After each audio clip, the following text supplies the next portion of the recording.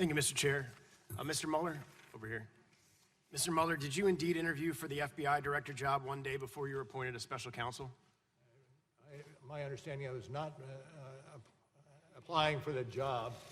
I was asked to give my input on what it would take to do the job, which triggered the interview you're talking about. So you don't recall on May 16, 2017, that you interviewed with the president regarding the FBI director job? I interviewed with the president, and regarding the FBI director job? It was about the job and not about me applying for the job. So your statement here today is that you didn't interview to apply for the FBI director job? That's correct. So did you tell the vice president that the FBI director position would be the one job that you would come back for? Don't recall that one. You don't recall that? No. Okay. Given your 22 months of investigation, tens of millions of dollars spent, and millions of documents reviewed, did you obtain any evidence at all that any American voter changed their vote as a result of Russians' election interference? I'm not going to speak to that. You can't speak to that? After 22 months of investigation, there's not any evidence in that document before us that any voter changed their vote because of their interference, and I'm asking you based on all the documents that you reviewed. That was outside our purview. Russian meddling was outside your purview? But the impact of that meddling was undertaken by other agencies. Okay, you stated in your opening statement that you would not get into the details of the Steele dossier. However, multiple times in Volume 2 on page 23, 27, and 28, you mentioned the unverified allegations. How long did it take you to reach the conclusion that it was unverified? I'm not going to speak to that. It's actually in your report multiple times that it's unverified, and you're telling me that you're not willing to tell us how you came to the conclusion that it was unverified. True. When did you become aware that the unverified Steele dossier was included in the FISA application to spy on Carter Page? I'm sorry, what was the question? When did you become aware that the unverified Steele dossier was included in the FISA application to spy on Carter Page?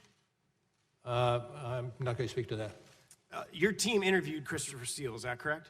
Not going to get into that. You can't tell this committee as to whether or not you interviewed Christopher Steele in a 22-month investigation with 18 lawyers.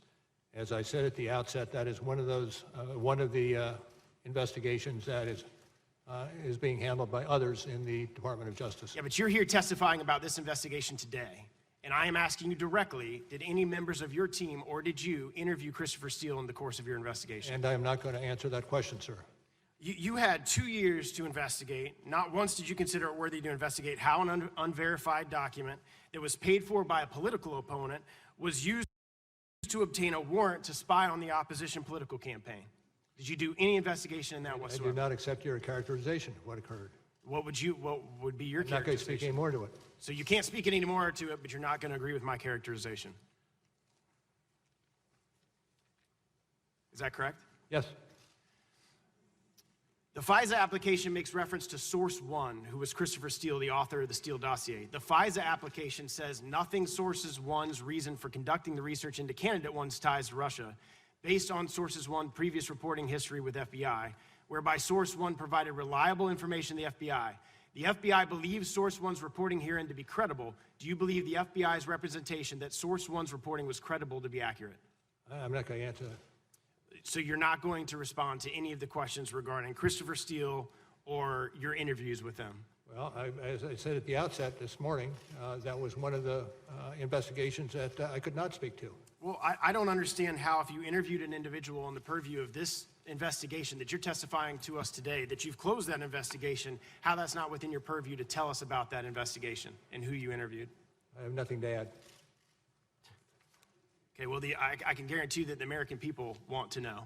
And I'm very hopeful and glad that AG Barr is looking into this and the Inspector General is looking into this, because you're unwilling to answer the questions of the American people as it relates to the very basis of this investigation into the president and the very basis of this individual who you did interview. You're just refusing to answer those questions. Can't the president fire the FBI director at any time without reason under Article 1 of the Constitution? Yes. Article 2? Yes. That's correct. Can't he also fire you as special counsel at any time without any reason? I believe that to be the case. Under Article 2? Well, hold on just a second. You said without any reason. I know that special counsel can be fired, but I'm not certain it extends to for whatever reason. is given. Well, and you've testified that you weren't fired. You were able to complete your investigation in full. Is that correct? I'm not going to add to what I've stated before. My time's expired. Gentleman's time has expired. The gentlelady from